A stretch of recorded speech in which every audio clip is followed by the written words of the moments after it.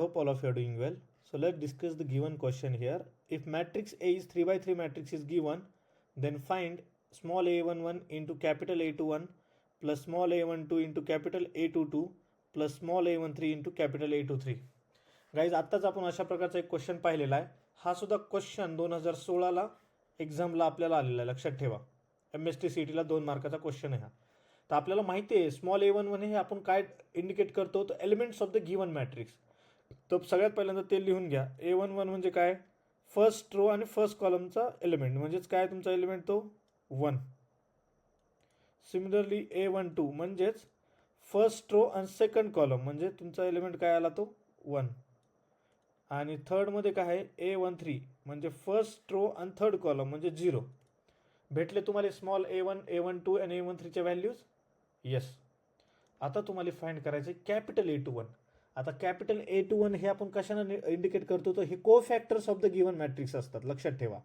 आता A21चा जो कोफॅक्टर फाइंड करायचा आहे आपणास, तर काय करावं लागेल, A21चा जो कोफॅक्टर फाइंड करायचा आहे त्याला एक फॉर्म्युला आहे guys, -1 to the power 2 plus 1. आता इथे काय करायचं आहे आपल्याला, तर रिमेनिंग डिटर्मिनंट फाइंड करण्यासाठी आपण इथे लिहू शकतो गाईज की determinant of eliminating the second row and first column. ठीक आहे. आता कोणता डिटर्मिनंट शिल्लक राहतोय, 1 1 1 0 आणि 2 1. ठीक आहे, झालं. आता याला सिम्प्लिफाय करा. -1 to the power 2 plus 1 म्हणजे cube, -1 to the power cube into, आता ह्याचा डिटर्मिनंट काय येईल, 1 - 0 म्हणजे -1चा क्यूब काय येणार आहे, -1. Simple guys. सिमिलरली तुम्ही A22ची व्हॅल्यू फाइंड करू शकता. A22 म्हणजे -1 to the power 2 plus 2 into determinant of. आता हे कसं फाइंड करायचं गाईज, आपल्याला second row and second column eliminate करायचं आहे, second row and second column. तर कोणता डिटर्मिनंट शिल्लक राहील, 1 0 1 1.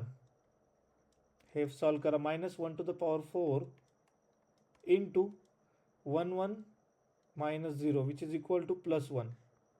Similarly A23 equal to -1 to the power 2 plus 3 into determinant of eliminating which second row and third column will be eliminating.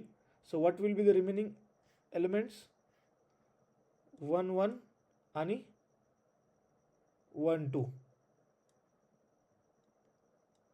ह्यांचा determinant find करायचा आहे. तर -1 to the power 5 म्हणजे -1 to the power 5 inside the bracket 2 - 1 म्हणजेच -1 into -1, sorry -1 into +1 will be -1. So guys आपल्याला सगळ्या value भेटल्यात. आता फक्त या फॉर्म्युलामध्ये ठेवायच्यात आपल्याला. काय विचारले त्यांनी, A11 into capital A21 plus small a12 into capital A22 plus small a13 into capital A23. So which is equal to guys 1 into -1, okay, plus 1 into 1 plus 0 into -1. तर हे जर सिम्प्लिफाय केलं तर -1 + 1 + 0 म्हणजे काय येणार आहे, 0. सो गाईज तुमचं फायनल आन्सर असेल, ह्याची व्हॅल्यू काय येते, 0 येते. म्हणून which option will be the correct option, second option is correct. खूप सोपं आहे गाईज.